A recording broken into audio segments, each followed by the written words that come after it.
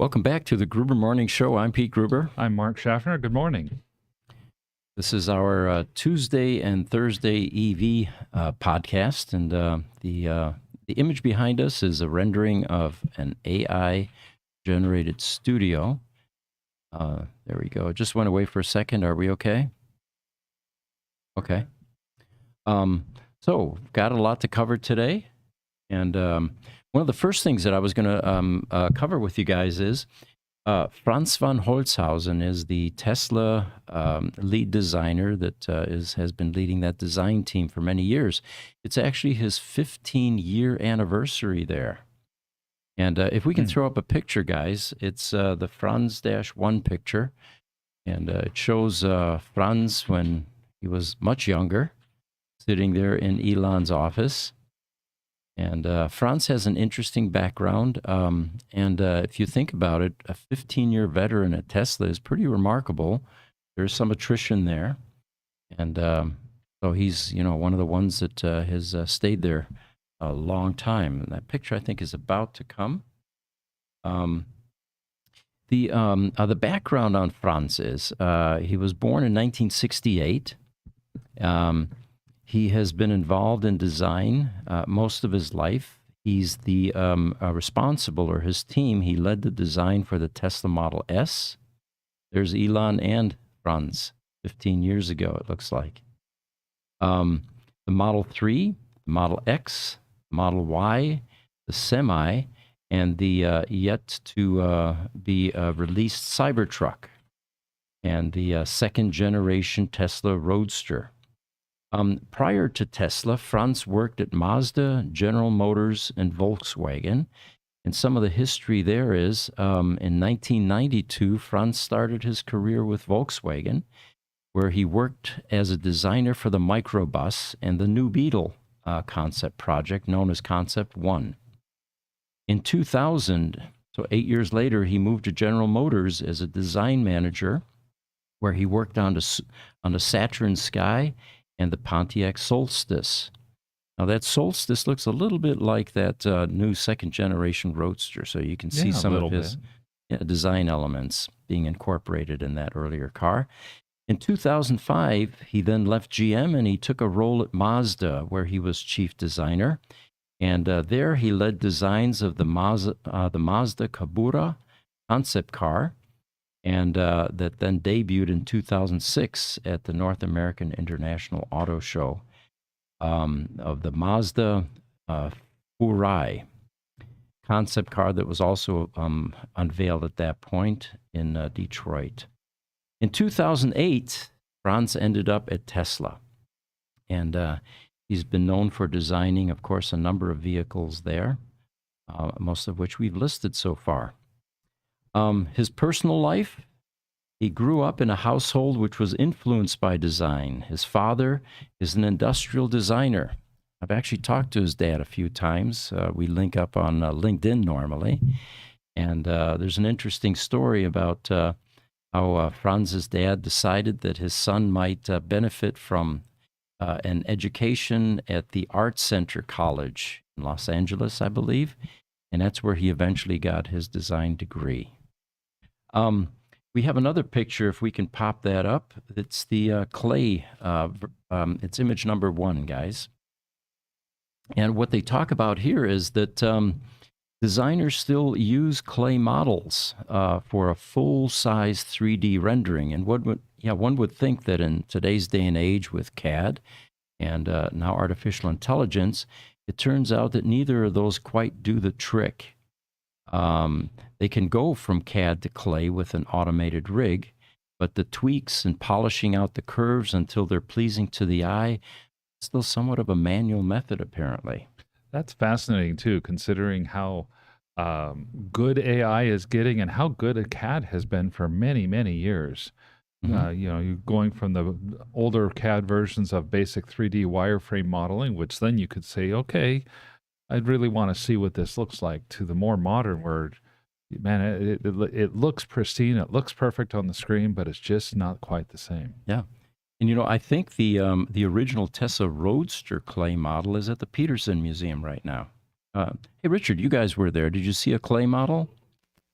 I don't think it was the clay model. It was one of those. It was a wind tunnel model. I didn't touch it. I didn't really want to get kicked out of there. But some sort of model of that kind. Okay, all right. And we have a scaled down version of the new Tesla Roadster here that actually has Franz's signature on it, which the guys collected at the Peterson Museum. One of the things I've liked from the secondhand interactions that I've seen on Franz and the news stories that we talk about, he seems to be a man of the people. Whether it's us getting his signature because he was out hobnobbing with the crowd at the Peterson Auto Museum, or telling people, hey, let's meet up in Carlsbad and drive up to the Auto Museum. That happened earlier this year. And then he gave people the treat of opening up a Cybertruck and letting people go in and sit there and take photos and stuff like that. He's been a really good ambassador for Tesla and for the Tesla brand. Yeah. The guys at Tesla, by the way, legend has it that they call him Frank Woodhouse because his last name in German is von Holzhausen. That means from the wood house or the wood shed. Okay. All right. On YouTube, we have George here from the Watch Rich Rebuilds channel. He says, hey, guys, and wave to us. Good morning, George. Good morning. Thank you. Instagram, Payrun Pandora System says hello as well. And then Instagram, shiv.am5447. Hello, sir. Welcome. YouTube, Roger Starkey. He says, Franz seems to be one of those infuriating people who looks better with age. Good point. Pete, you are ageless. Well, thank you. We've seen pictures here in the company, past employee events 25, 30 years ago. You're just ageless. Thank you. Instagram, Payrun Pandora System again says, hello, I am from Ukraine. Would really like to learn this craft from you. The craft of working on electric vehicles, yes. And by the way, welcome from Ukraine. There's much going on there, and we all feel for you. The simple answer that we have for people that want us to either franchise, train, that want to do internships here to learn how to repair, we are very busy and just simply have not been able to put any kind of franchise program into place or training programs, although it's on the drawing board somewhere. At this point in time, the highest priority is getting customer cars repaired and getting them back to customers. And, the Tesla Roadsters keep us very busy. We are certainly capable of working on the other platforms. We do a fair share of X's and Model S's that are out of warranty, but it's really Roadster that keeps us most busy, and it's what we're most successful with, actually.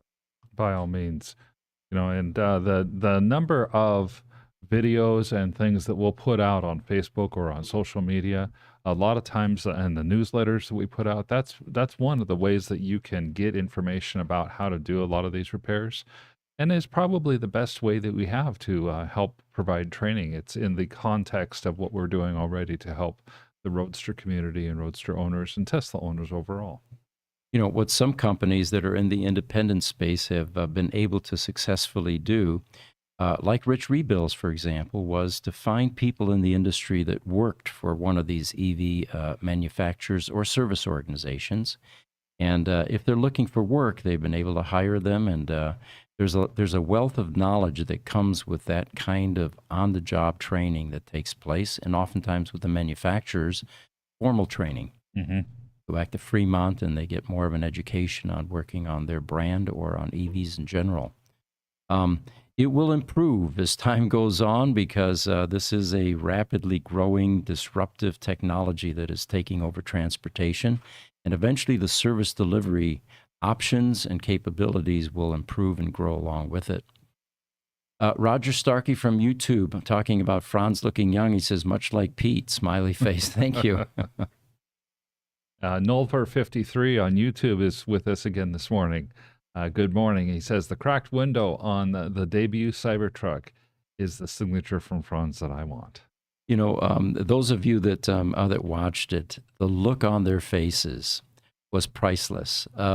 You initially might have, for a split second, thought, maybe this is contrived, this is staged, right? Because it is quite a media event. It wasn't. You could tell, just on the look on Franz's face, and then of course the cuss word that spewed from Elon right on stage there on nationwide television. But as it turned out, there was a very positive, or there was a silver lining to that episode, in that it did create one of the biggest marketing events of the century. Yeah, it's kind of the adage of there is no such thing as bad publicity. Publicity, Publicity. Mm-hmm. PT Barnum for us. Mm-hmm. YouTube, Watch Rich Rebuild's channel says, Pete looked great on the beach. You guys get a picture of me on a beach while I was gone or something? Yeah. Kind of. Okay. Yeah, George was kind enough to shadow you and give us a picture that was somewhat resembling. Oh, okay. All right. So it was a facsimile. It was, yeah. We'll leave it at that, right, guys? That's right, Pete. You can go back and rewatch the last couple episodes. Well, I'm going to have to now. Yeah. If George saw it, I got to see that too. Oh, yes. TikTok Bash A is giving us some waves and good morning.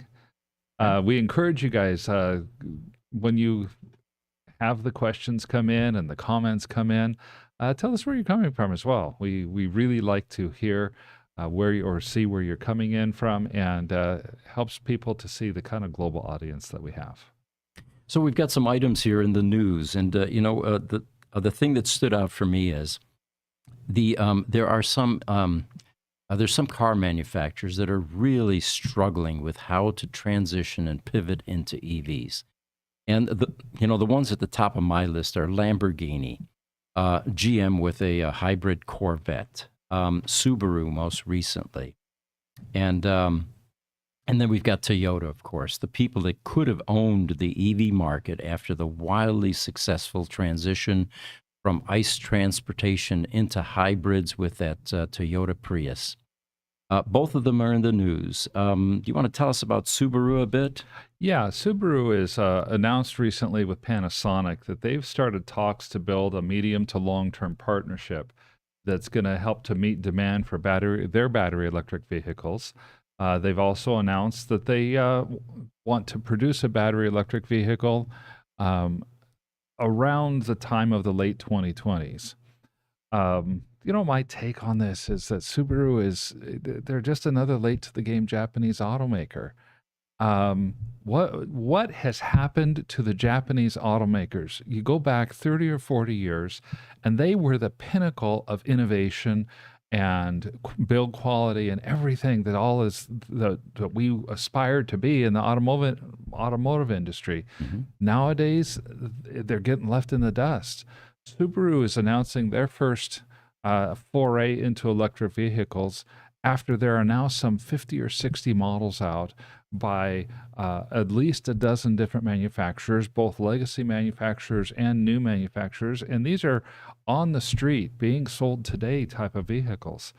Toyota is no better. They've still announced that they're working on improving things, and battery electric is going to be our future. But when are we going to hear about a Corolla or a Camry that converted to a battery electric vehicle that's not done by some sort of a third party? Yeah, but you're right about the Japanese losing some of their reputation and their position in the market. For those of you that were around in the last century, the middle of the last century, there was product that was made in Japan. And for quite some time, it was considered inferior. It's mm-hmm. very much the same as the current stigma, which is also unfair, made in China. China is an economic powerhouse that is quickly going to learn to dominate a number of markets. But for the meantime, when you see something made in China, you consider it inferior, second rate, all of that. Believe it or not, the same thing was true in the 60s in the last century with stuff that was made in Japan. Mm-hmm. And then Japan got their act together in a big way. And you had brands like Sony, Nakamichi, Kenwood that just began to dominate the stereo and the audio industry. Then came cameras. Remember Canon and Nikon. Oh, yes. And of course, they became unstoppable in certain markets, high quality product being pumped out. With cars, they're struggling right now with EVs. You know, again, Toyota. In fact, let's bring up a picture here, guys. It's the Toyota battery, and they're pretty proud of the fact that they have created a battery that will give an electric car 900 miles of range. All right. First of all, has the EV market been asking for this? That's my first question. And as someone pointed out, once that picture comes up, there it is. The question here was, if you put that much battery in a Tesla, it would have a range of about 2,000 miles. And it doesn't look like there's any room left for passengers. Yeah. Well, that was the first takeaway there. You know, I'm sure it's a great technology, but Toyota, are you listening? What does the market expect from you, and what does it want from you? And I don't think it's this behemoth battery type vehicle that is going to go 900 miles. You know, I took some time to read through articles and comments because I realized the 900-mile battery has been out in the press for a little while. And some of the comments I found from other people were very interesting as well. In addition to the one about the Tesla with 2,000 miles, an electric Corolla, someone has said, with a 10-minute recharge time would be on the same level as a Model T or a VW Bug in terms of changing the auto industry. And I think that was an on-point comment. There's a chance that we're still waiting 50-some models later to find that one electric vehicle that will be the tipping point that will allow for mass adoption. We haven't reached it yet, even with some of the really excellent cars that are out there. Model 3 is probably the closest one that we're getting to mass adoption between the price and quality and mileage. Another comment. The only way we had a rail system, a postal service, an interstate system, and safe air travel here in the United States was that the government had to subsidize their construction and launch. It will be the same for EVs. We have a lot of government interaction right now with the electric vehicle, between the $7,500 federal tax credit for people who buy them, to the charging the $500 billion worth of the Inflation Reduction Act that's been set aside for EV charging stations and other green initiatives like that, to grants like we're going to talk about later. Pepsico and individual companies have received millions of dollars in grants in order to electrify their fleets. So that, I think, is also an on-point type of thing. It's happening. It's kind of being pushed along by our government, which is causing a lot of stress and angst, and gnashing of teeth is almost the word I like to take. There is a timeline on this announcement that Toyota had as well that I found in one article and it had missed everywhere else. This 900-mile battery is not available today. It won't be available next year. In fact, Toyota's announcement is that they're developing an LFP battery pack first. That will be ready sometime in the 2026 to 2027 timeframe, and it will have about a 660-mile range. In 2027, they will introduce a solid-state battery pack, their intention is, with about a 720-mile range, and not until sometime in late 2028 will this 900-mile range battery be out there. Interesting. So we're still talking about 5 years away. Maybe they'll give some time to actually get the battery to a reasonable size. Right. You know, in the 70s, we had the OPEC oil crisis, if you remember, and there were long gas lines, and it woke up the American public to the fact that we don't really own that natural resource and that we could be at risk. And the net result of that wake-up call was that people began to dump their big engine cars. Prior to that time, the longer you made a car, the bigger, the more horsepower, the bigger the engine, the better it sold, you know? And people began to dump those cars left and right. I mean, you could buy Hemi cars at less than a standard car because it had too big an engine, 426 cubic inch back then. Right. And the cars that dominated were Datsun and any of the small Japanese cars and the Euro cars that began to come in. So there were periods of time when Japan definitely had some dominance in various markets. One other story that I like to tell, I worked for a company that was at one point the number 2 computer company in the world, Digital Equipment Corporation. Mm-hmm. They were IBM number 2. And they couldn't become number 1 easily because IBM had been around decades before they came into being. But it was back in the days of large computers, mainframes. We didn't have distributed processing yet to the extent that we do now. And anyway, Digital developed a plant here in Phoenix that I worked for to build line printers and floor-standing terminals. These are floor-standing line printers and terminals, the LA36 and the LA180. And this was a dot matrix type printer where you had 7 pins that would fire alternately to create characters on a page as the head or the dot matrix assembly was going across the paper. Old typewriter technology. It had there was a ribbon, that actually gave you the darkness on the page. And anyway, the interesting thing about this was, it was during a point in time in the 70s when Japan began to introduce desktop printers. Okidata was a big name back then. Oh, yes. Panasonic had printers. So here Digital was with a floor-standing, metal-standing type dot matrix printer. Building them, by the thousands every month over here at the Phoenix, North Phoenix plant, while Japan was beginning to flood the market with desktop printers, things that looked like the size of like an IBM Selectric. Right. And less expensive, and of course, far more popular. Why would you take up floor space if you can pop something onto a tabletop or a desk or, even your desk and have a printer there? Well, Digital wasn't paying attention.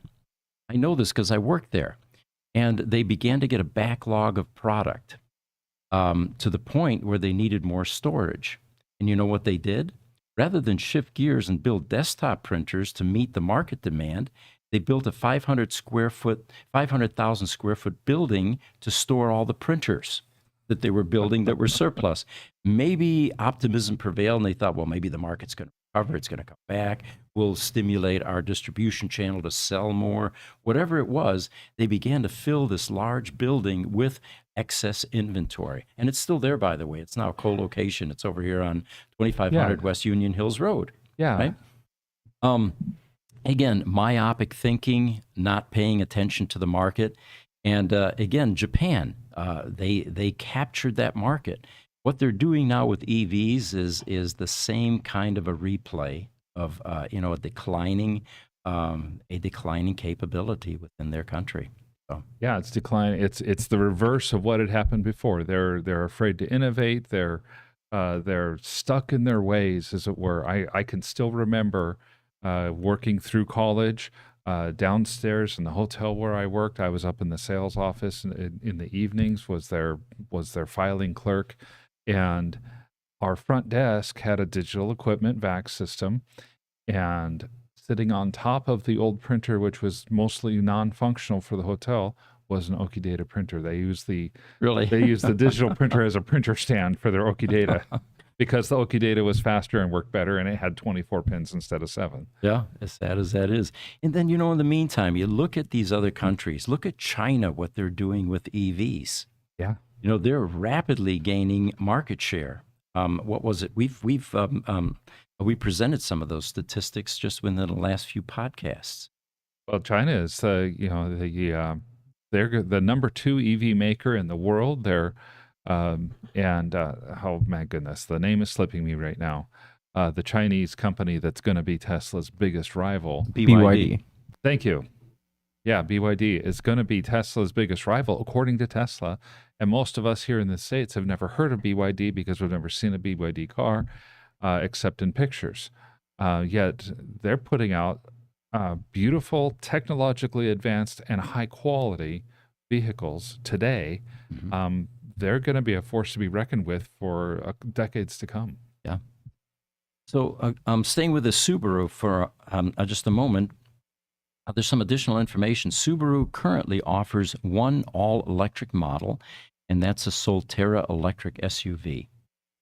It is, however, built on a Toyota platform, which has similarities with Toyota's BZ4X. But then they go on and they say that Subaru plans to expand its electric vehicle lineup, commencing with production of its own electric cars in 2025. A long ways away, guys. Yeah. Look what's going to happen in the meantime here. It'll be produced, they say, alongside its internal combustion engine vehicles in a mixed assembly line. I'm not sure that's possible, but they think it is. And then by 2027, they aim to inaugurate a dedicated factory solely for the production of pure electric cars. I can only hope that they're right in their thinking, which is obviously if we're one of the last ones to come to the game, we can learn from everybody else's mistakes. Yeah, that could be a troubling philosophy. So, YouTube, Soren Yamaker Moller is joining us from Denmark, and I hope I got that somewhat correct. Welcome. Welcome. We haven't seen Niles yet this morning. He's from Denmark, too. He's with the Danish Genome Institute. YouTube, Roger Starkey says he's from London, the real London. Okay, thank you. And then on Instagram, unfortunately, so far I can only with an interpreter. I'm not sure who that one's from, though. Okay. My apologies. That one is from our friend from Ukraine, Perun Pandora System. Oh, okay. And then George from Watch Retree Builds channel. He says, talking about other brands, I saw 2 Polestars broken down and getting towed on my trip in Florida. One was at a public charger, so it was a low battery tow. That's always embarrassing when that happens, isn't it? Oh my gosh, yes. You know, George, he was commenting or communicating with us separately. He's back from his vacation, had missed a couple of episodes. You gotta watch the TikTok video that Gruber Motors has put out that went viral and has probably close to 3 million views right now, of a guy laying down in a parking spot with drivers coming up and yelling at him that he's taking their spot. The whole reason is that his Model 3 decided to die about 20 feet away from the parking spot. Yeah, and he was trying to make sure that he had a parking or a charging spot. So he lay diagonally across it to block any people coming in. Mm-hmm. What we didn't present in the video, and we have it, we probably should rebroadcast that, was a guy in a Tesla that drove up to him and began yelling at him for laying there and blocking his access to the charging, even though he explained why he was doing that he needed to get some help to push the car over to the charging station.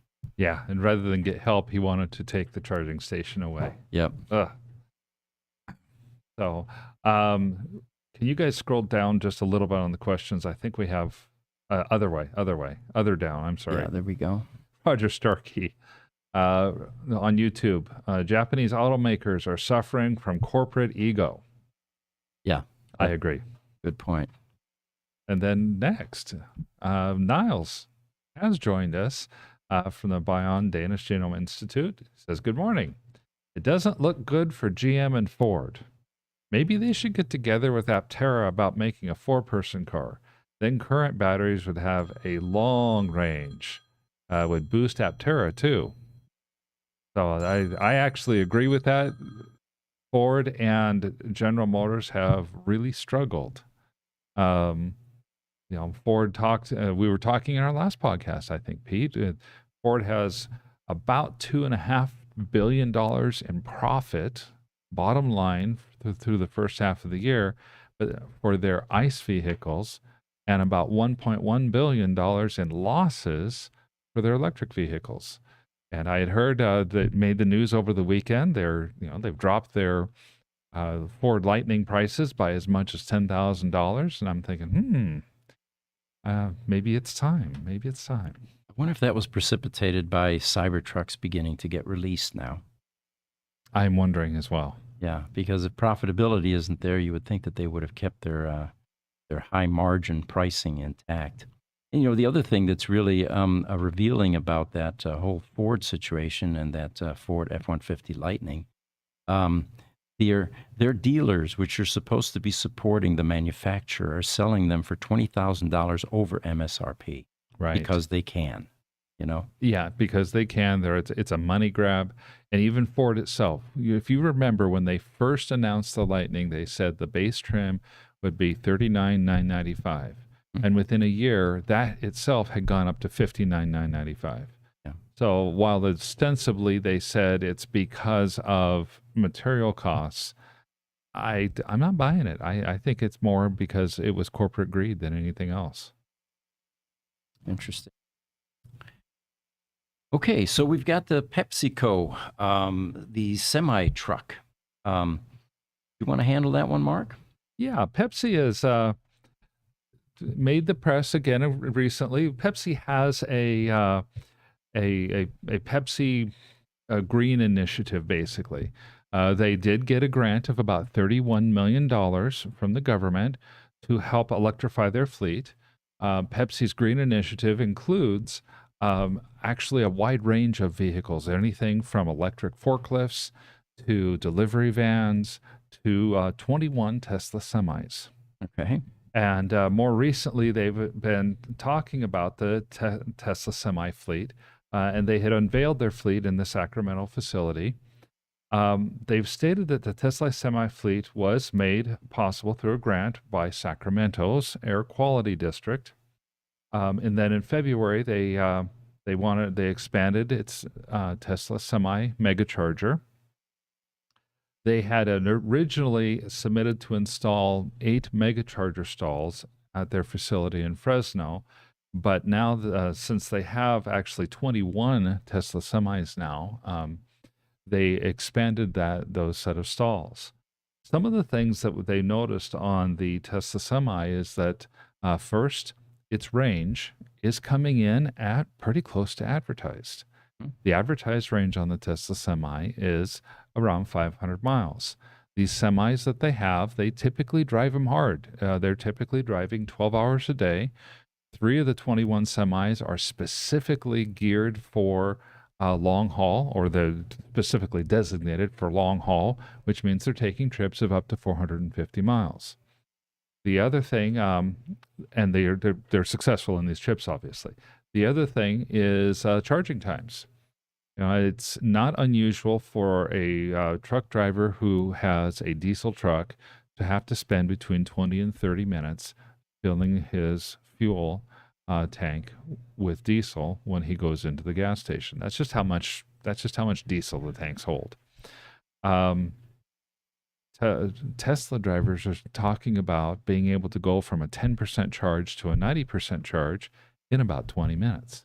Interesting. Now what they're doing is the Megacharger, they're supposed to be capable of up to a megawatt. Right now they're configured at 750 kilowatts. So these chargers are effectively charging these large battery packs 75 or 80% in as little as 20 to 30 minutes, although the official Pepsi lines in their video that they present talk about charging within 45 minutes. They also talk about how they don't typically take the trucks out overnight. They'll park them all in the chargers, let them charge overnight. The next morning, they're all up at 100%, and they're taking them off, and then they don't come back until that evening. So Pepsi says that they say, we've got some pretty aggressive goals to decarbonize our business. By 2040, we aim to have about 40% of our fleet decarbonized. And this is Todd Squarick, Pepsi's chief sustainability officer, that says this. So the PepsiCo Positive, or PEP Plus program, is the company's end-to-end transportation plan. That's what I was trying to think of just a minute ago. And it focuses on sustainability, not only from a electric vehicle standpoint, but even with their human capital and their company growth. So it's kind of a cool thing to see. I actually was able to watch a little video of a Pepsi truck taking off from a stoplight. two things that were notable. First, it's just sounded like an electric car. That the end, you don't have the loud engine or anything else like that. Just that electric motor whirl, as it were. The second thing was that truck, which was loaded, was taken off just about as fast as the car next to it that was Right. taping it. If you remember about 6 months ago or so, it was during Super Bowl. We're driving down our street here, and the guys ran into a semi-truck coming up the street that was totally silent, and suddenly realized this was a Frito-Lay Mm-hmm. Tesla semi-truck. So we did some really quick, cool shots doing a comparison of a Tesla Roadster next to the later generation semi-Tesla. And yeah, that one generated quite a bit of interest on social media, just the size difference, you know? Oh, I did not know until reading some of these articles about the PepsiCo trucks that both Tesla and Nikola, who is also making a Class 8 semi and is delivering their vehicles regularly now, modeled a lot of their vehicle features on the European Class 8 commercial vehicle model instead of the US based truck model. I didn't know that. There are some differences in just the size and geometry of the vehicles between the U.S. and Europe. So these are more of a European style in terms of the look and the geometry of the vehicles. Interesting. A lot of aerodynamics on these semis as well. You know, your traditional Peterbilt looks like a giant brick going down the road with that large flat nose cone, you know, the grill. And but yeah, that's it definitely makes a difference when they introduce some aerodynamics into a large vehicle like that, especially with the distances they travel. Oh, yes, most definitely. So we've got a news item here, the Tesla Model S Plaid. There's a track package available that will unlock the vehicle to 200 mile per hour top speed. And reports are that it's actually a bit higher than that as well. But so the types of things that Tesla changed, we've got an image here, Jesse. It's called a Track Pack -1, if we could throw that up. And again, remember the Tesla Model S Plaid even, it's a 4-door sedan. You can take the family with you and do a blistering 0 to 60 in 2 seconds or so, you know, with the family in the back and the pets. So what they improved with this track package, by the way, the cost of this is about $15,000 to $20,000. And they do a comparison with a aftermarket version that you can also do by getting, for example, the Unplugged Performance brake package, which is almost $9,000, and different wheels, different ceramic rotors, of course. But the Tesla advantage, they say, rather than going aftermarket on this, is that it's inclusive. Everything is included, including labor. And you can purchase this kit through your Tesla app and then schedule to take it into your service centers to do this Model S Plaid update. So what it does for you is it's going to, Tesla will reprogram it to unlock the limitations that it currently has so that you're now capable of sending this 4,700-pound missile up to 200 miles per hour. Now, in order to do that, of course, you're going to need a much better set of brakes. And at this point, maybe we can digress.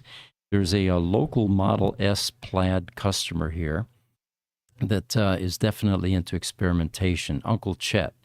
And what's the name of his channel, guys? Chillin' with Chet. Chillin' with Chet. Okay, there we go. He's the one that decided that he wanted to replicate Elon's passion with the James Bond movie, where a car is actually turned into a submarine briefly. So he had us waterproof his Tesla Model S Plaid. He went to a local track here in South Phoenix. He had some earth-moving equipment brought in, and he had a large trough made that was lined with a vinyl to hold water. And his goal was to actually prove that you can drive a Tesla Model S Plaid underwater.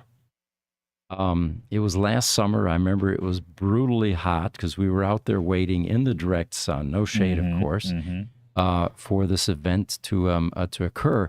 And as it turned out, we really didn't have any engineering talent involved in the ratio of ballast versus car weight and what would actually make this thing go underwater. And it turns out that despite putting a couple thousand pounds of weights from Target, actually, the weightlifting kits, the car basically floated partially, and we didn't quite achieve that submarine effort that was intended. So it was done again, and I think the second attempt, we weren't there for the second attempt, was a bit more successful, but still not perfect. Yeah, I remember talking to the guys after the first attempt and seeing the video of the wheels are spinning and it's kind of slowly floating down. Yeah. And we did a quick calculation, just look it up on Google, what's the, weight of air displacement and so on. And I think he said he was going to add another 4,000 or 5,000 pounds. And I remember telling Jesse, that's still not going to work. Based on the rough air volume that you have in the vehicle, you're talking about needing, some 12,000 pounds of weights to displace the amount of air. To overcome the buoyancy issues. Yeah, to overcome all the buoyancy issues. Although to his credit, the second time around, they not only flattened the tires, but they filled the tires. And I don't remember if they had filled the tires with water or with some other heavyweight material. Right. But there was because a lot of the buoyancy was coming from the tires themselves. Yeah, good point. Yeah, you've got pressurized there. And there was even a first responder that was there with the full vehicle in case, this thing didn't come out of that water trough and they had to dive under in order to retrieve Uncle Chet from this vehicle. But, Chet, he's definitely he's a showman. He's courageous as can be to attempt things like this. But the reason I'm telling you this whole story about the submarine type effort is because months later, when he finally got his Tesla Model S Plaid dried out sufficiently where it would drive, he started to track the car.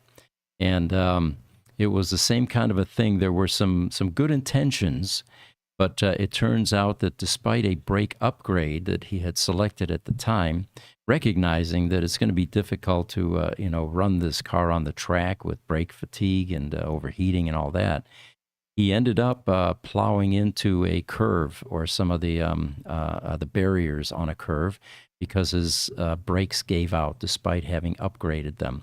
So apparently Tesla has a better solution here, and for about $15,000 to $20,000, you can unleash your Tesla Model S Plaid, get it up to 200 miles per hour, maybe even plus, and they claim that it's going to stop as intended. Because stopping a car at 200 miles an hour is a bit more difficult than at 100 or even 50.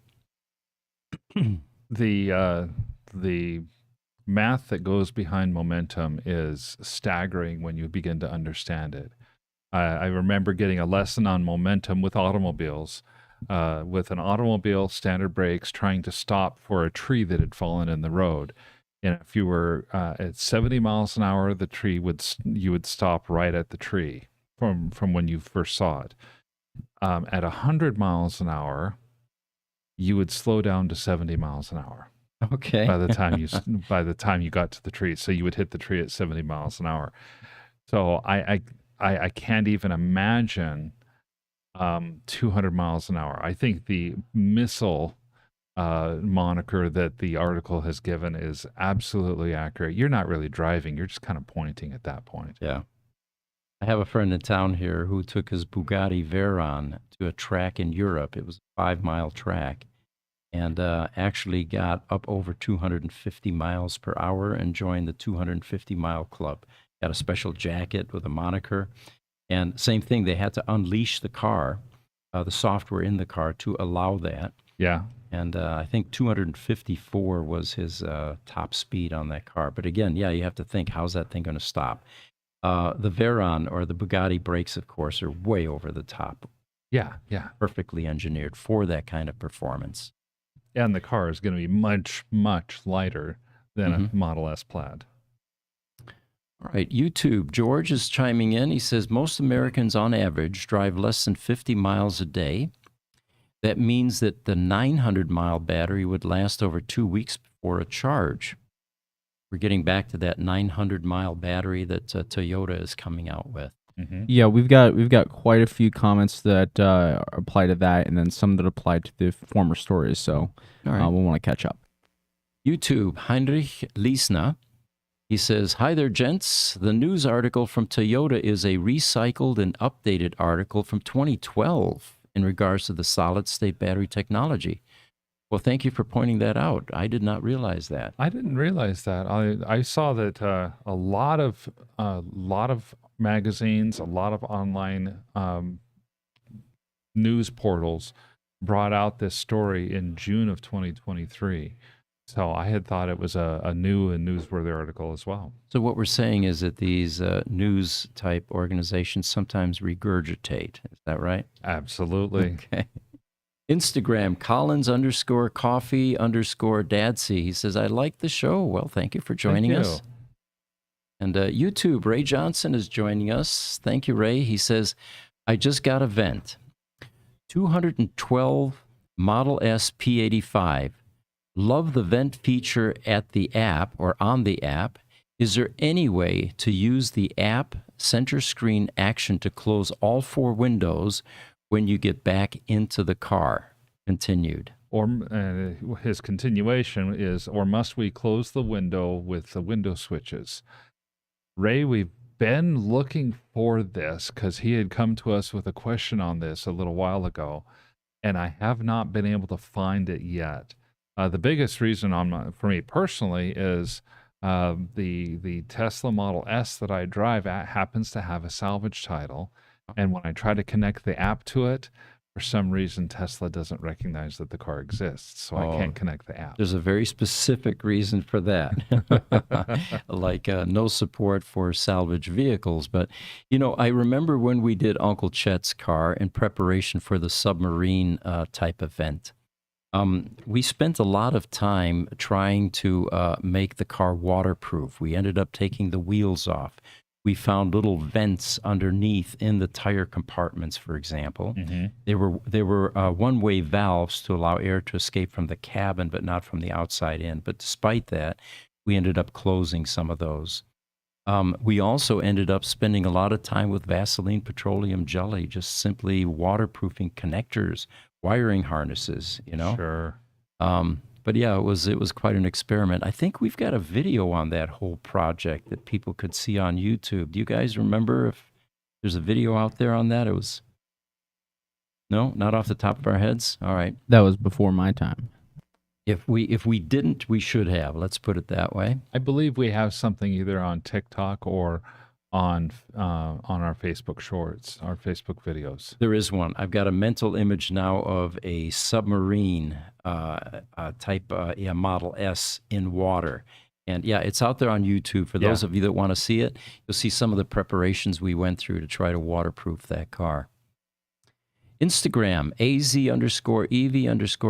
He said, "What is the ETA for the barn find Roadsters?" Okay, I'm glad someone asked.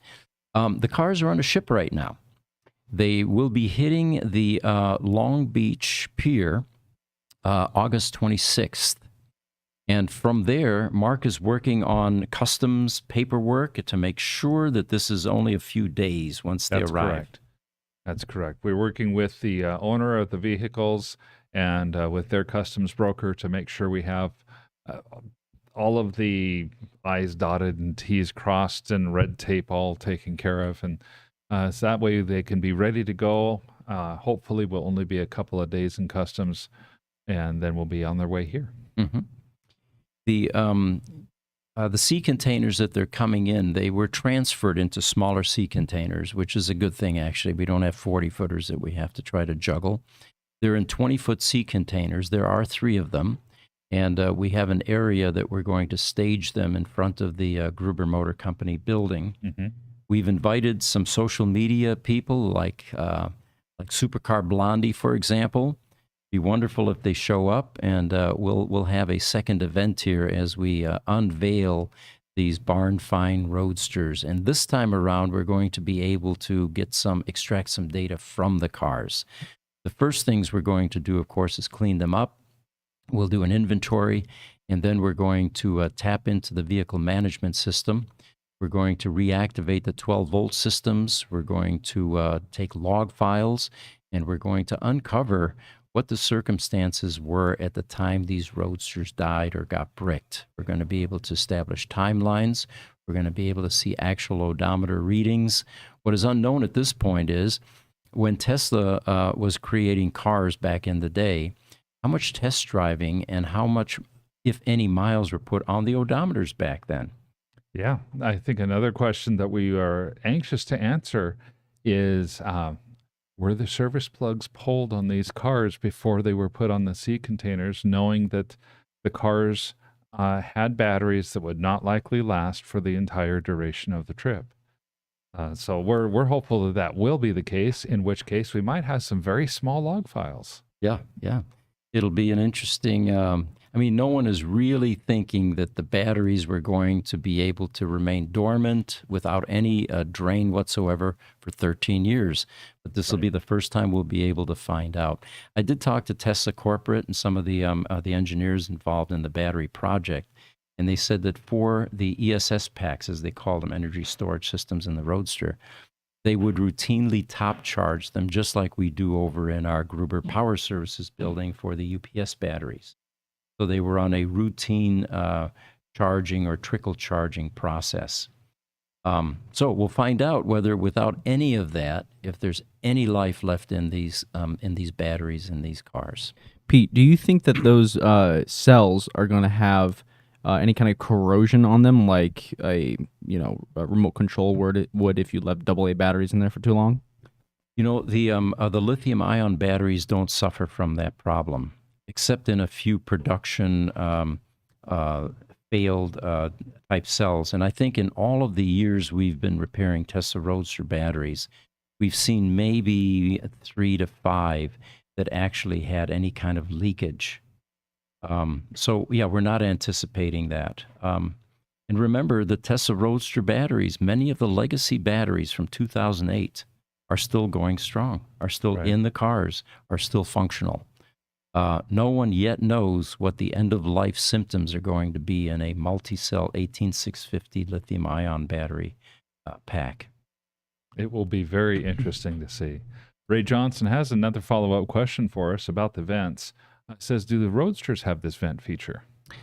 They do not, Ray. The Roadsters were basically a convertible to begin with, and although there's a hard top that you can attach, it's not always perfectly waterproof, and then there's a soft top that you can attach. But as far as any kind of frills like that, the Roadster is pretty much a prototype vehicle, and no consideration really given to how are we going to vent cabin type air, if we bring fresh air in. There were so many gaps and so many places for the air to escape. Sure, and that might have been how they decided to try to vent it to start with. Yeah. Richard Flench on YouTube says the BYD Seagull is priced at $11,400 right now. Just wait till that hits the USA. It has a 55 kilowatt motor and a 30 kilowatt battery. Richard Flenke, by the way, welcome. He worked with Jack Ricard for many years at EV-TV, and he also wrote a book most recently, for those of you interested, on EVs, and I believe it was being sold on Amazon. But thank you for chiming in, Richard. And thank you, Pete, for announcing his name correctly. Okay. YouTube, Roger Starkey says, Pepsi drives a semi 450 miles because that's the distance between two locations. I think they did point that out in the article. Sacramento, and I forget what the other one was. Yes, and I believe it was down towards Southern California where the other end of their terminus is at. Mm-hmm. Roger Starkey does say also the Pepsi Megachargers are supplied by solar. Thank you for pointing that out. That's correct. Mm-hmm. One of the keys of the Pepsi program is that they are a completely green charging program. So they have these battery chargers that are solar run. They feed into mega packs, and then the chargers pull from the Megapacks to charge the batteries in the truck. Perfectly clean way to do it, yeah. Mm-hmm. YouTube, Richard Flenke again points out, he says, Pepsi repeat routes make it a huge market for full self-driving. Who needs a driver? Not a can of soda. Yeah. Yeah. Good point. Good point. Although, along the lines of AI, I know I've heard recently ChatGPT has gone from, the 98th percentile on math questions or 98% correct on certain math questions all the way down to 2% correct. Mm-hmm. Hopefully AI learns eventually how to distinguish between information and misinformation. Yeah. And full self-driving doesn't fall into that same category where it begins to encounter problems based on misinformation that it's receiving. Yeah. That would be a huge liability. YouTube, Banana Man says, if only Pepsi could produce a product that cared as much about human health as Tesla does for planet health. That's a low blow, but yeah, I suppose it's true. For some of their soda products, yes. PepsiCo is a whole lot more than Pepsi soda, though. Mm-hmm. Okay. Again, Roger Starkey on YouTube. For those that are saying megachargers use a lot of energy, they're each equivalent to about 3 or 4 version 3 or generation 3 chargers. So the 8 megachargers are equivalent to about 30 of the version 3 units. It's not a problem. That is a good point. Your version 3 charger is going to be about a 250 kilowatt charger, and these megachargers are running at 750 kilowatts. And then George from YouTube says, how many Plaids have you guys had in the shop and what were the issues? Well, the submarine Plaid, of course, was a project. The other types of issues we've had were either low-tech auto, for example, like tires, or if it was an aftermarket type product that the customer wanted installed on their car. I believe the Plaids, for the most part, are still under warranties. They came out in, 4 years ago or so? Yeah, the Plaids started coming out. I do think 2019 was the first year that they came out. I might be mistaken. It might have been 2020. Yeah, so we don't see much out of warranty, or warranty type cars because they get free service. But when there are any modifications that need to be done, we see those. We don't see a lot of them, though. I would say probably 4 or 5 is what we've seen so far. Mm-hmm. George is pointing out, he says, don't worry, Banana Man. One day a company like Pepsi will sell fresh air in a can. LOL. You know what? We probably thought the same thing in the last century about selling water. How's that possible, right? Jesse here drinks a water called Liquid Death. It's from Austria. It's in the Alps. And it costs as much as a can of soda. And it's water, Yeah. Oh, and it's great water, by the way. Is it? Yeah, it's worth it. It's worth it. It reminds me. I grew up in the northwestern United States, and one of the things that we like to do every summer is parents would take us camping, and one of the things that we as a family would do is when we were driving on these mountain roads in the middle of nowhere, and you would see a spring coming out of the ground and flowing down either over the road or usually with a culvert under the road. We would stop sometimes and get some of that ice cold spring water because it was completely clear, and it was some of the best water in the world. That's what the Liquid Death tastes a little bit like. I was very impressed. I've had it once. So Jesse has converted yet another individual to Liquid Death.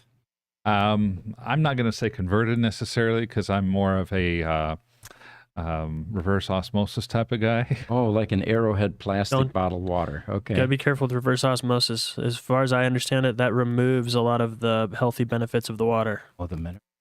Oh. Yeah, it does.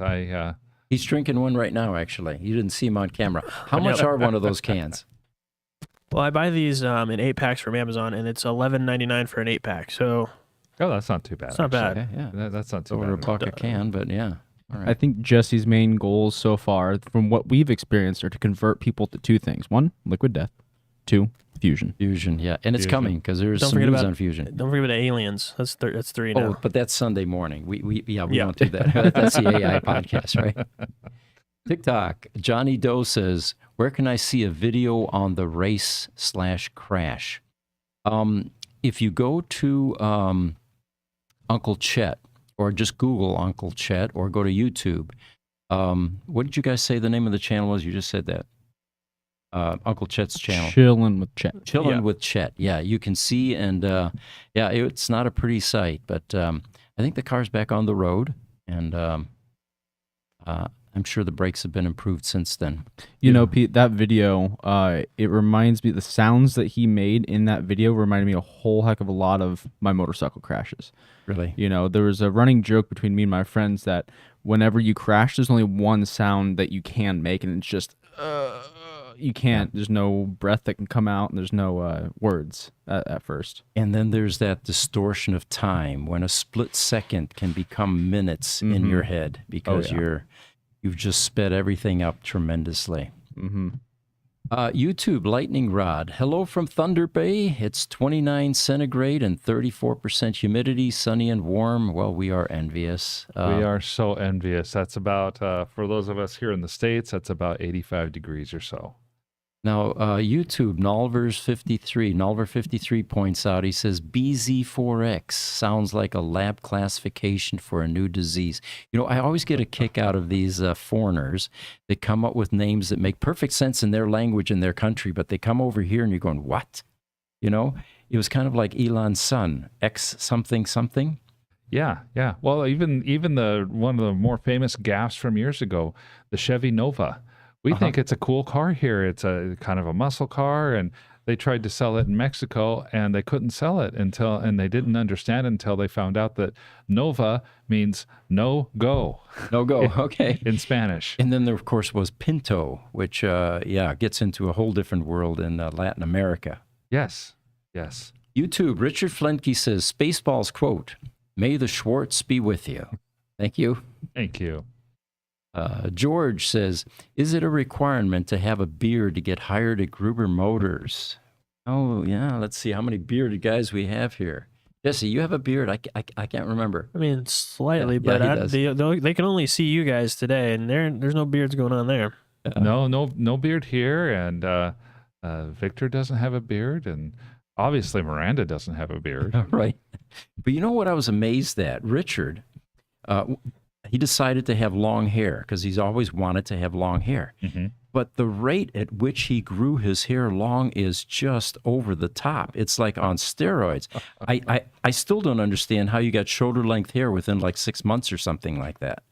You know, Pete, that's been a problem or a blessing since I was a kid. Really? I would go just a few months without cutting my hair, and it would be just way long. But it's the same thing for the hair on my face too. I end up having to shave up by close to my eye. Really? At least twice a week. Yeah. Because it just grows. But there's a cool thing about beards. I like those Civil War beards, those really long ones. And then you get a guitar in front of that, and you got a ZZ Top type jam session, and pretty cool stuff. And sunglasses, of course, too. That's one of the reasons we wear those. All right. So getting into some other news items, it looks like we've got a break in the questions. I wanted to run something by you guys. In October of 1975, there was a boxing match that went down in history. It was called the Thrilla in Manila. And it was a boxing match between Joe Frazier and Muhammad Ali.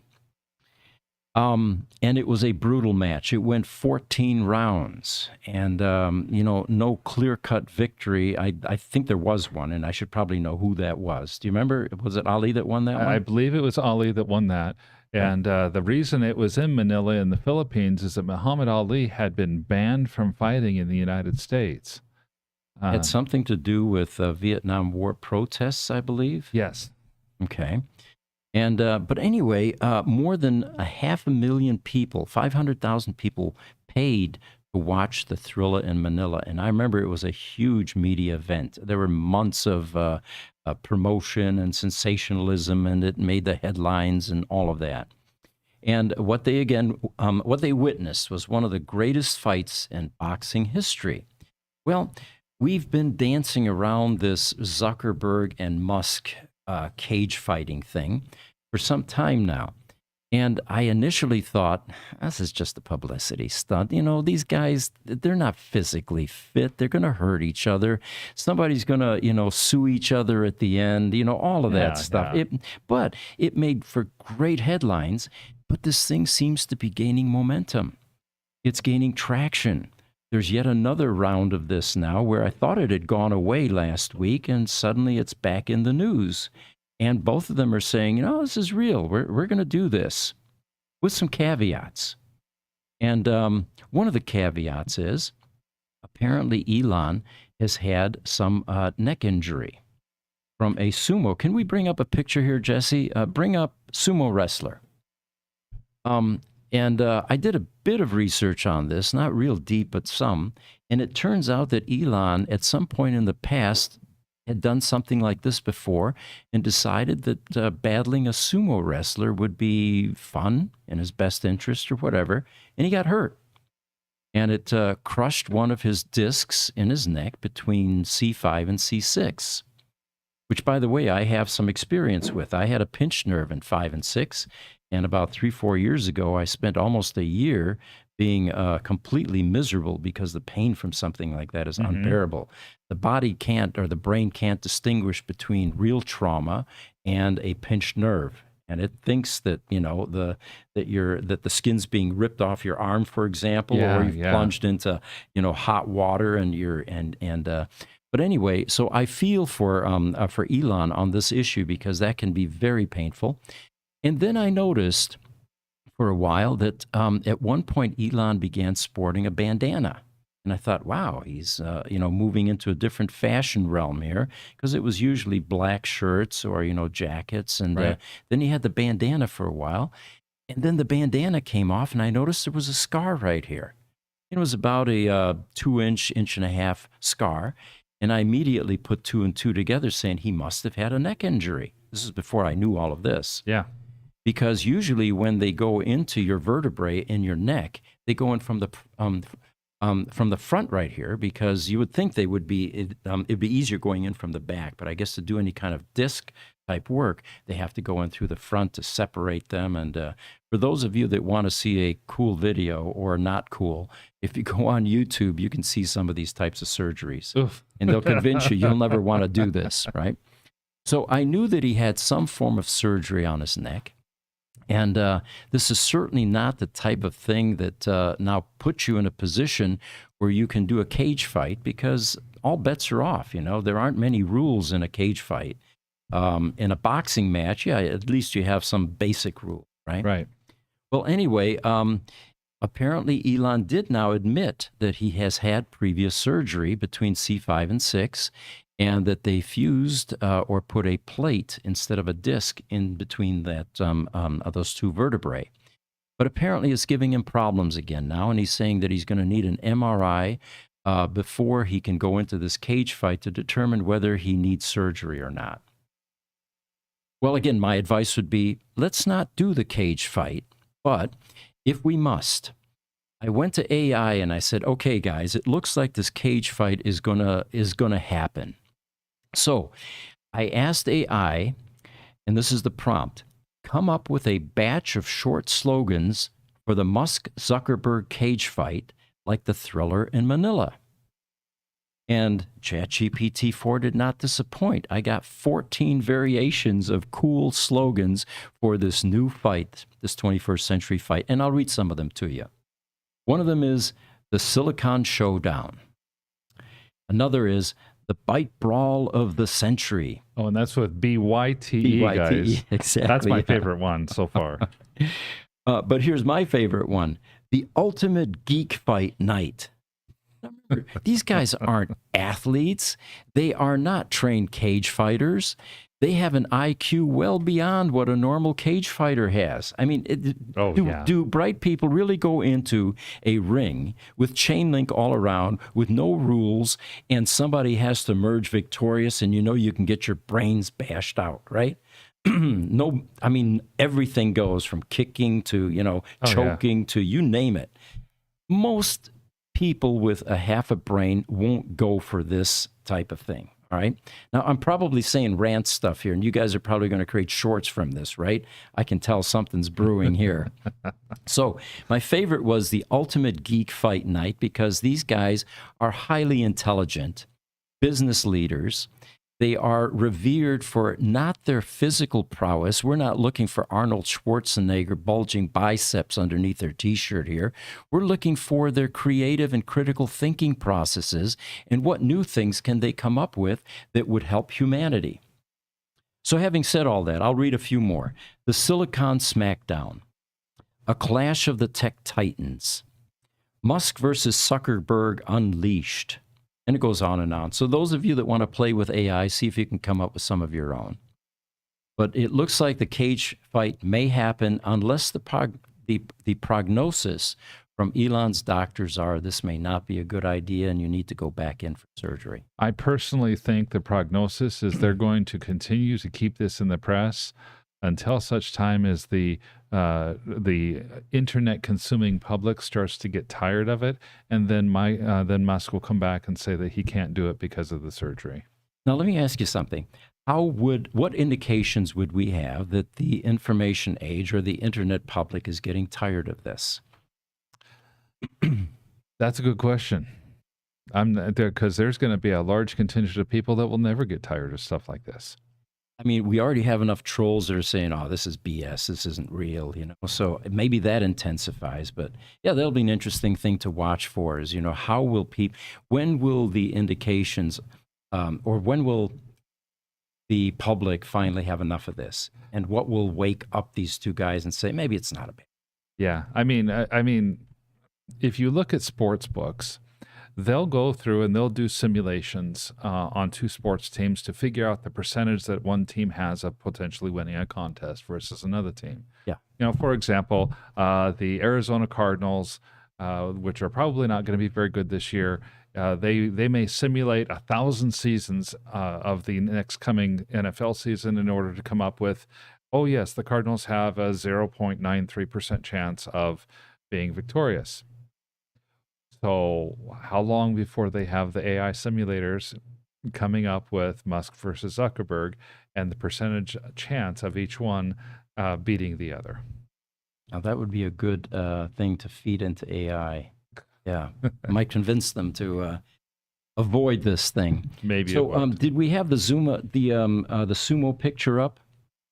Let's pop that up just one more time. And this allegedly is Elon Musk fighting a sumo wrestler. And a quote from Elon was, and I think I have that here. Okay, it's up. I don't want to leave this on the screen for very long. Okay, all right. We'll get rid of it here as fast as we can then. If I can find that quote from Elon, apparently,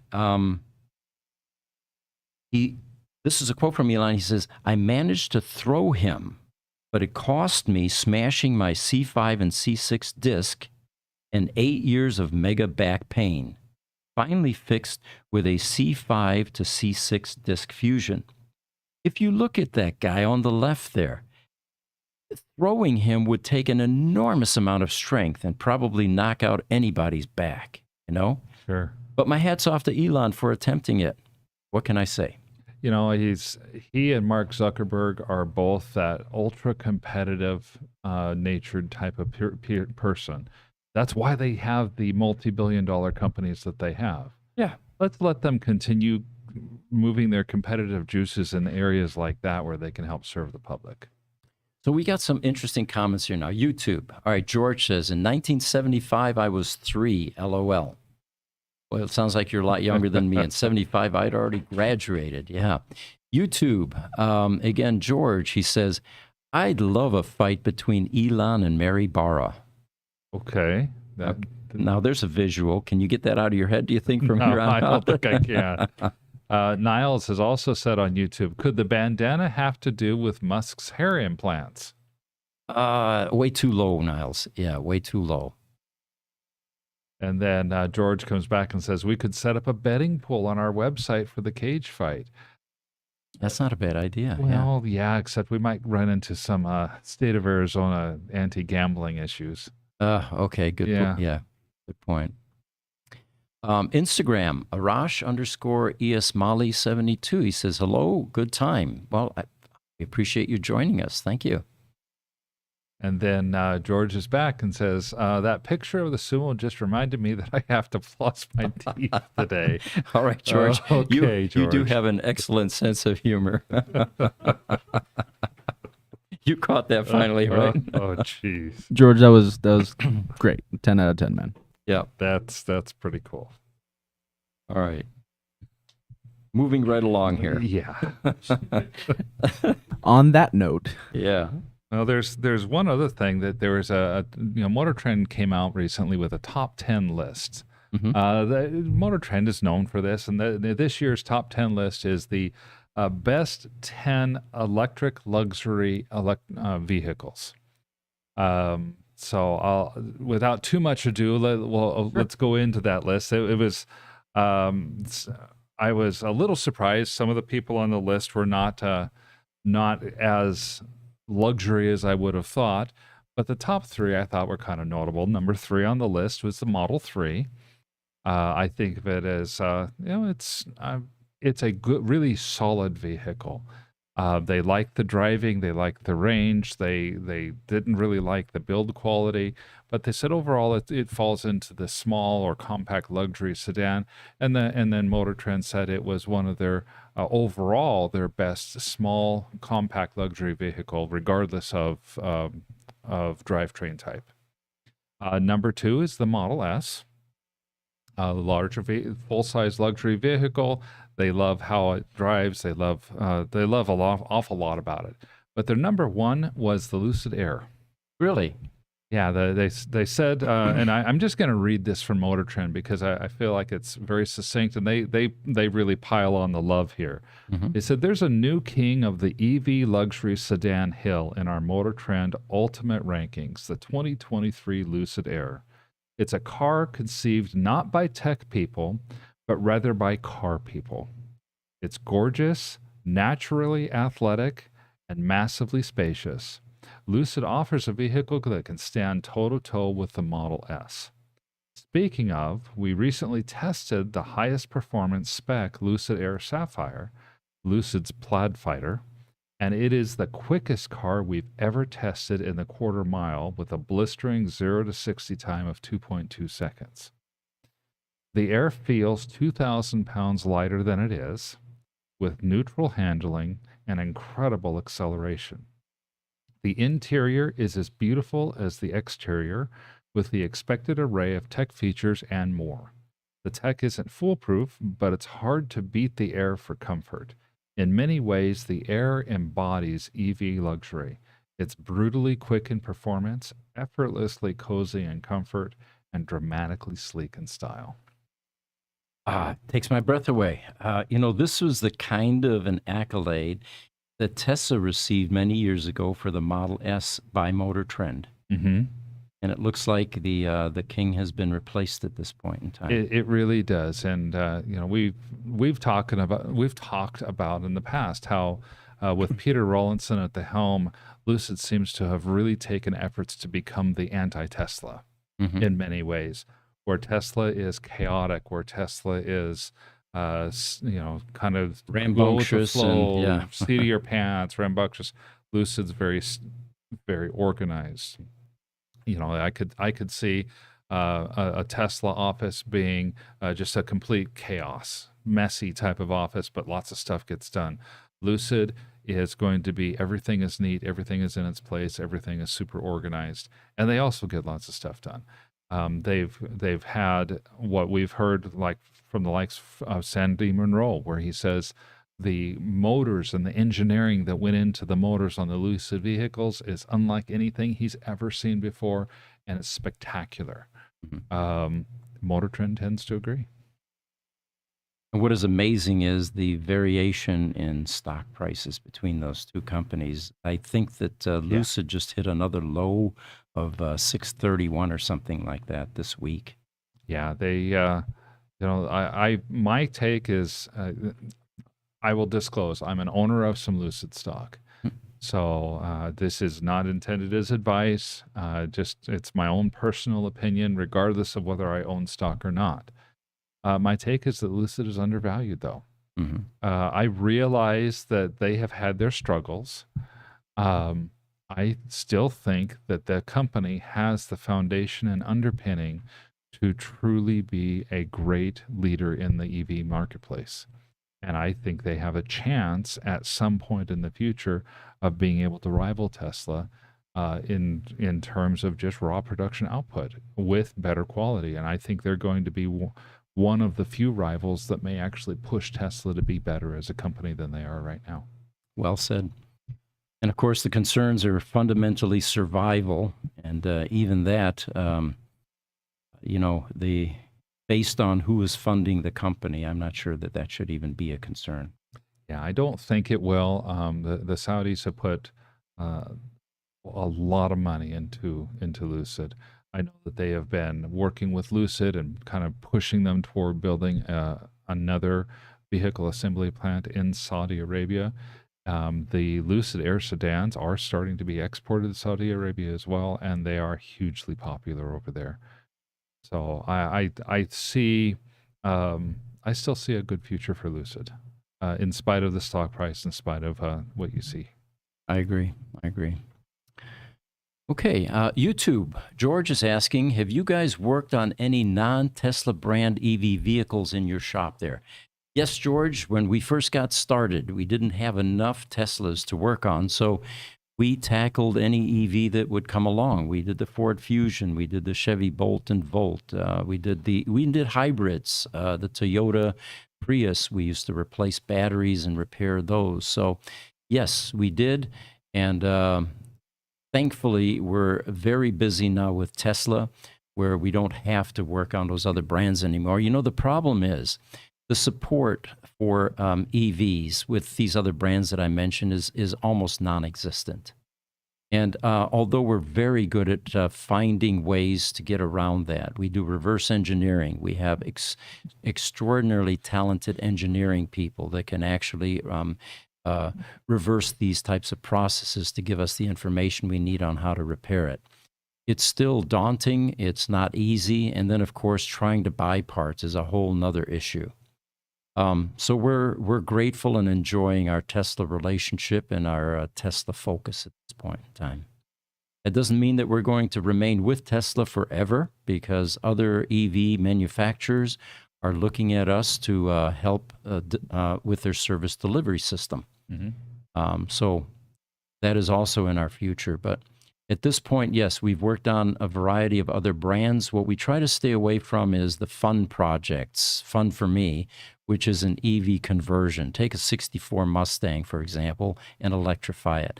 I'd love to be involved in stuff like that, but it doesn't pay the bills. Right. It is a money drain, and you can't really be profitable doing that at this point, at least.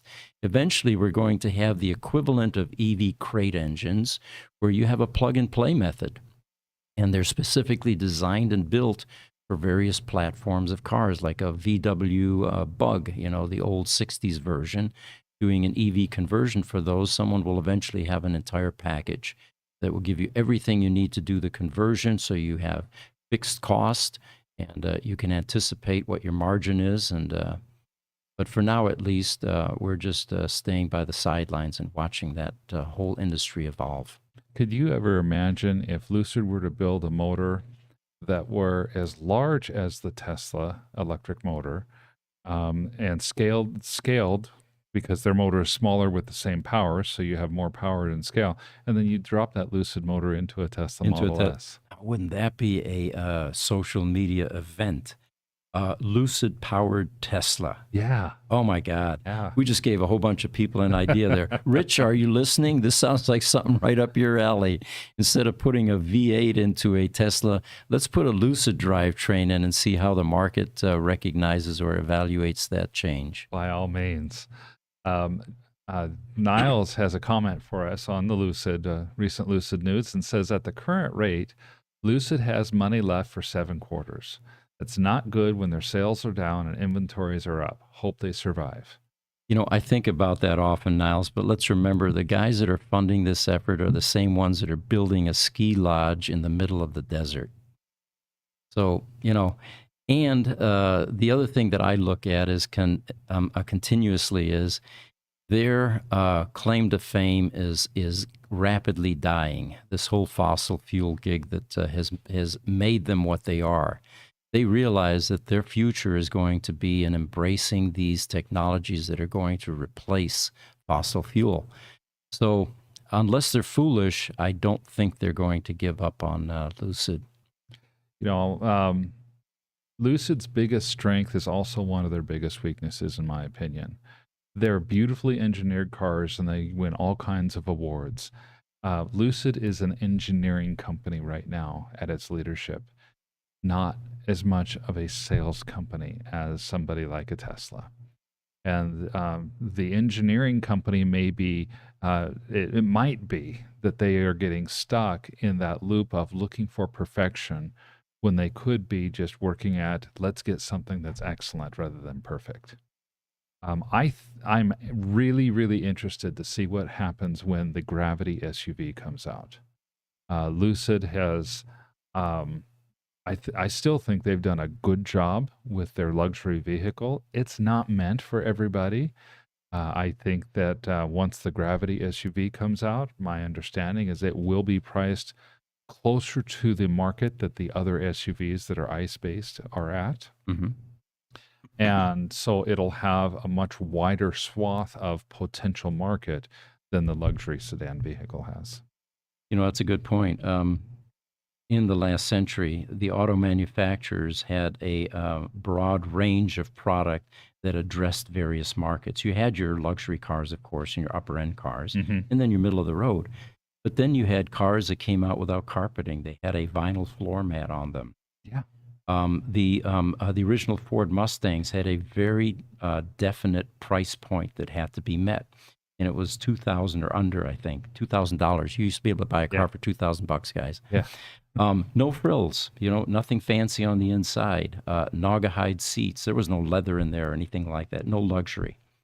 But you're right. I think that if Lucid were to use the existing momentum they have and their reputation and technology and begin to focus on a more scalable car, something that would appeal to the masses, that might be the ticket for a more rapid success for them.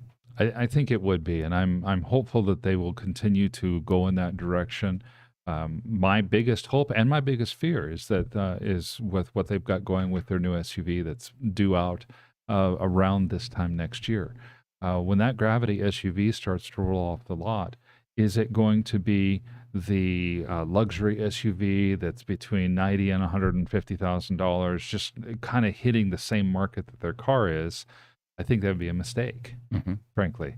If their base trim, like they're starting to advertise, may be in that $65,000 to $75,000 range, that's hitting that sweet mid to high end spot that they can't hit with their car right now, of people who are out there shopping for an SUV and saying, oh, I can get my gas guzzler that gets 16 miles to the gallon and gets me 350 miles of range, or I can get this electric vehicle that I can charge for a third the price or less and gets me the same 350 miles of range plus better acceleration and quieter ride and all that stuff. That's a much more compelling argument, or a much more compelling value proposition in my mind. Sure. George is agreeing with Niles on that last comment. We hope they survive, definitely. Yeah. On TikTok, JK Max says, hey guys, great Gruber service as always. Miranda emailed me 6 weeks ago about getting a quote for a refresh bumper in a 2014 Model S, but he had not gotten an estimate back yet. Is it a long process? I heard the refresh bumper is only a few hour process, so please let me know your thoughts. I will check with the service team and see what's going on with that refresh bumper. And then George on YouTube, have you guys seen or heard of an EV conversion that can charge at a Tesla supercharger? I have not heard of one yet. What about Cyber Hooligan? Did he say in our interview if he can do the supercharging? Well, he's starting with a Tesla Model 3, so he did say he can do supercharging, but that's because it's a Model 3 and not a non-Tesla. Yeah, it's not really a conversion, is it? It's No, just no, he's got the NACS connector on his car already. Yeah, okay. Yeah. George, another comment from George. He says, and Lucid doesn't have a showman like Elon. Good point.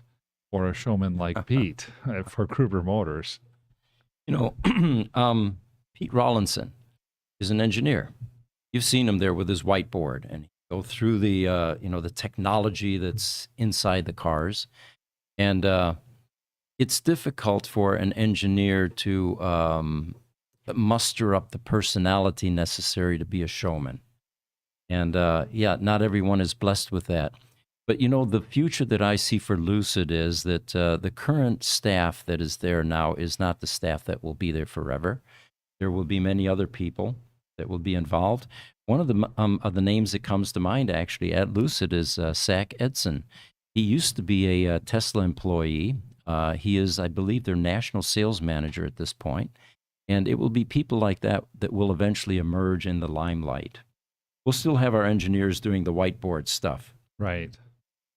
It's kind of like when Tim Cook took over Apple from Steve Jobs. Steve was a larger-than-life personality. Tim Cook took over, and he had these impossibly big shoes to fill. And he didn't try to be Steve Jobs. He just tried to be who he was, and he let the marketing people put things out for the marketing, and then he went and did his job. When Steve Jobs was there, Apple was big. They were valued at $150 billion or something like that. Now with Tim Cook, they're valued at $3 trillion. Mm-hmm. And Lucid's going to have that type of moment where Peter Rawlinson may still be the CEO. You may have the same CFO. You may have the same senior management. Somebody with that personality become the face of the organization. Sure. I could see that step up, but I'm not saying that they don't have that person yet, but they may or they may not. We have an Instagram question, D's.stow, who's referring to the Plaid, I believe. He says, how easy is it to do a power upgrade such as the over-the-air update did? Is it as simple as an ECU tune? If it's related to the Plaid upgrade, usually these are software limitations, and what usually happens is hackers eventually figure out where how to get behind the paywall, essentially. Mm-hmm. There is, of course, more to this upgrade than just simply the software unleashing. And, Tesla does seem to be a good option for this at this point. We're starting to get the wrap-up signs from the social media guys here. We're at an hour and a half. We quickly run through some questions. Richard Flentke, thank you, Richard. He says, Pete is the Tom Cruise of the EV world. It must be the sunglasses, but thank you, Richard. Nice compliment. George is saying, yes, Richard Flentke. And then what does that make Mark if Mr. Pete is Tom Cruise? I'm Goose. Goose, there No, you go. have you ever watched Top Gun? I did, yes. Okay. Yeah, it was one movie I watched, but the original one, not the updated version. And then, of course, we've been called Tick and Tack, the Tappet brothers. And, yes. So yes. that's another updated version of what we do, apparently. Watch Rich Rebuilds again, George. Oh, no, Jesse is going to chime in and say the show's over in an hour and a half. He did that. He did that very thing, George. Yeah, we got to wrap it up. And he does this. You get the motions, and let's go. YouTube, Johnny Cruz. All right. Tom's brother. Can I turn a Model 60 into an 85 battery upgrade with Gruber, and what is the cost?